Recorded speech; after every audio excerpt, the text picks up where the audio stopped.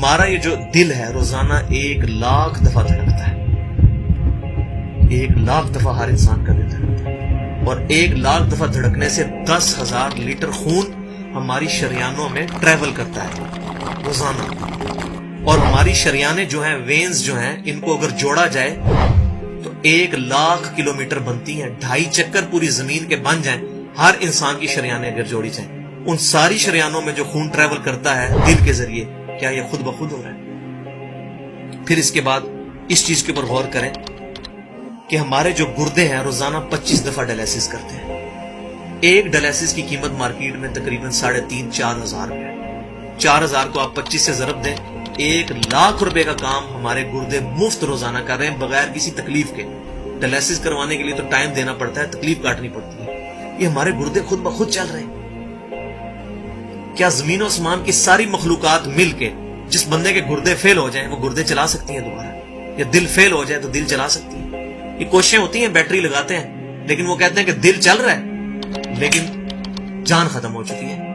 اس طرح دل چلنے سے جان نہیں آ سکتی بیچ میں. پھر ہمارے پھیپڑے روزانہ 23,000 دفعہ سانس اندر کھینچتے ہیں، 23,000 دفعہ سانس باہر نکالتے ہیں.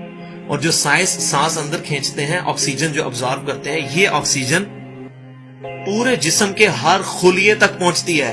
اور ہمارے جسم میں خلیوں کی تعداد کوئی ہزاروں میں لاکھوں میں نہیں ہے.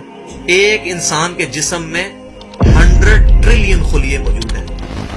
100 ٹریلین، اور 1 trillion is equal to 1000 billion, 1000 ارب کے برابر. اس کو سمجھانے کے لیے سائنٹسٹ نے یہ ایگزامپل دی ہے کہ اگر انگلینڈ جیسے 30 ملک ہوں اور وہ 30 کے 30 ملک درختوں سے پر ہوں، ہر درخت کے 10,000 پتے ہوں، تو جتنے پتوں کی تعداد بنتی ہے نا، 30 انگلینڈ جیسے ملک مکمل درختوں سے بھرے ہوئے، وہ سارے پتے گنے جائیں، ہر درخت کے 10,000 پتے ہوں، تو یہ 100 ٹریلین فگر بنتا ہے.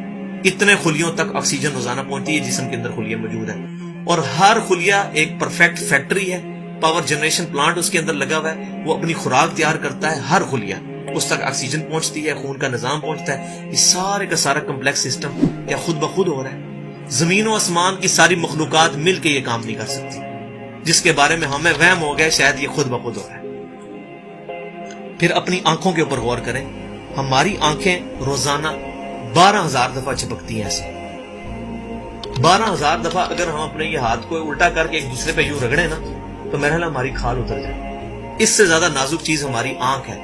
لیکن اس آنکھ کے درمیان ایسا لیکوڈ موجود ہے کہ جو اس آنکھ کو گھسنے نہیں دیتا اور تکلیف نہیں ہوتی. وہ لیکوڈ تھوڑا سا زیادہ ہو جائے تو خام خواہ ہمارے آنسو بہنے شروع ہو جائیں. جیسے ہمارے گلے میں بھی تھوک موجود ہے، یہ تھوڑا سا زیادہ ہو جائے تو رال ٹپکنی شروع ہو جاتی ہے. کئی لوگوں کو آپ دیکھتے ہیں بیماری ہوتی ہے، ایک زیادہ مقدار میں ہو جائے تو رال ٹپک جائے، کم ہو جائے تو ہم بول نہ سکیں، ہمارا گلا خشک ہو جائے. یہ اتنا کمپلیکس نظام خود بخود ہو رہا ہے. اگر ہم روزانہ 12,000 دفعہ ایسے کریں نا آنکھیں خود سے تو تھک جائیں. لیکن یہ بلا ارادہ یہ ساری کی ساری چیزیں کسی کنٹرولنگ اتھارٹی نے اس کو ٹائنیسٹ ڈیٹیل تک کنٹرول کیا ہے کہ جو ہمارے اختیار سے باہر خود بخود ہماری آنکھیں چل رہی ہیں. جب کوئی خطرہ سامنے آتا ہے، اندھیری چلتی ہے، نہ چاہتے ہوئے خود بخود ہماری آنکھیں یوں بند ہو جاتی ہیں. پھر اس کے اوپر پلکوں کے اوپر بال ہیں، اور نہ صرف یہ بال، اپنے ناخنوں پر غور کریں. گوشت میں سے ناخن نکل رہے ہیں. یار گوشت کے اندر کون سا مٹیریل ہے جو یہ ناخن باہر نکال رہا ہے؟ یہ گوشت میں سے دانت نکل رہے ہیں، یہ گوشت میں سے گھاس نکل رہی ہے.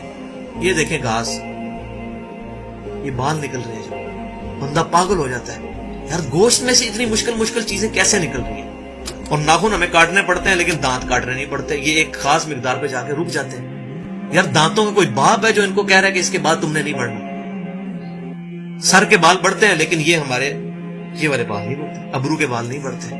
اس کو کون کنٹرول کر رہا ہے؟ یہ ساری کی ساری چیزیں کیا خود بخود ہو رہی ہیں؟ جو چیزیں بھائیوں کرنے سے نہیں ہو سکتی، انسان اپنی چیزیں خود کنٹرول نہیں کر سکتا، تو خود بخود وہ کیسے ہو رہی ہے؟ اس سے بڑی تو بیوقوفی اور کوئی چیز نہیں. پھر سب سے مشکل جو انسٹرومنٹ ہمارے دماغ جو ہے، ہمارے دماغ کے اندر 10 ارب خلیے ہیں، اور جو دماغ کے اندر جو ہمارے کنیکشنز ہیں وہ 100 ٹریلین ہیں، equivalent to the quantity of cells in human body. جو میں نے بتایا تھا انگلینڈ جیسے 30 ملک ہوں، وہ والی ایگزامپل دی، وہ سیم اتنے کنیکشنز دماغ کے اندر ہیں. ہمارے دماغ کے اندر 1 منٹ کے اندر 10 لاکھ چین ریئیکشنز ہوتے ہیں جن کی وجہ سے دماغ کام کرتا ہے. ایک کنیکشن بھی ان 100